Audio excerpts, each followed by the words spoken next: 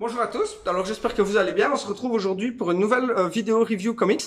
Donc aujourd'hui, je vais vous parler d'une sortie de la semaine dernière qui est le prologue du film Black Widow. Alors pourquoi aujourd'hui? Parce que nous sommes le mercredi de la sortie du film.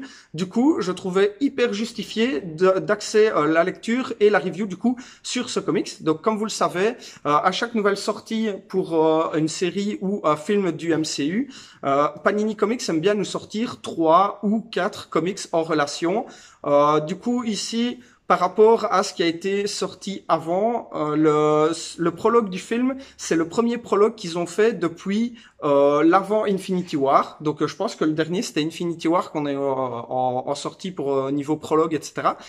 Donc ici, dans les sorties de la semaine dernière, nous avions du coup ce comics-ci dont je vais vous parler de suite. Nous avions le petit fascicule Marvelverse à 7 €, comme ils font à chaque fois depuis les débuts de sortie de série. Donc là, c'est à chaque fois, comme d'habitude, un petit comics en softcover où vous avez le premier chapitre de plusieurs comics différents qui va pouvoir orienter vos lectures suivantes, en fait, qui va vous permettre de faciliter votre choix de lecture sur le personnage. Donc c'est assez sympa.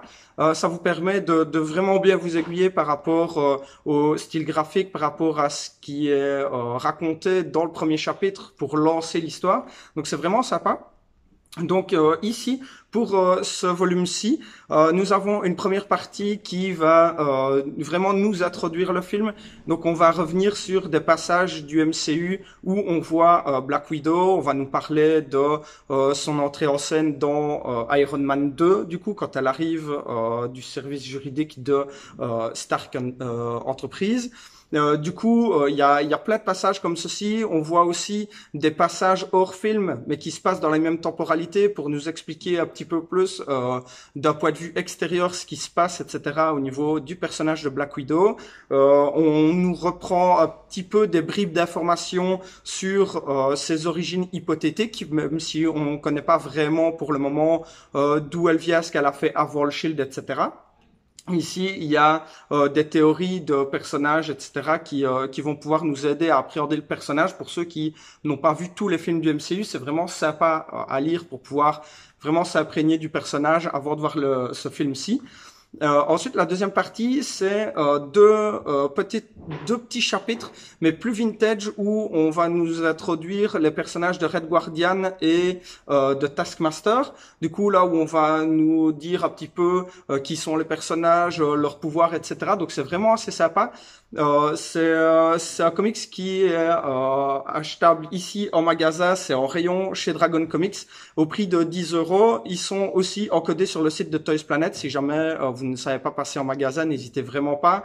S'il y en a plus en stock sur le site, n'hésitez pas non plus à nous appeler ou à nous envoyer un message sur la page Facebook du magasin. On se fera plaisir d'y répondre dès que ce sera possible, suivant le monde qu'on a en magasin. Il n'y a aucun problème. Donc voilà, c'est une petite vidéo très courte. C'est vraiment un petit volume. Donc vous voyez, c'est vraiment très très fin. Au niveau de la qualité graphique, on est quand même sur quelque chose d'assez sympa. Donc ici, on est sur un passage de la fin de Civil War, de Captain America 2, pardon. Où elle est dans le Triskelion pour déjouer les plans de Pierce. Donc voilà, c'est assez sympa. Donc comme vous pouvez le voir là, on revoit des passages du film, etc. Mais on a deux personnages qui en fait débattent de si elle est un bon personnage ou un mauvais personnage du point de vue de super-héros, etc. Et de ce qu'ils vont devoir faire pour son futur.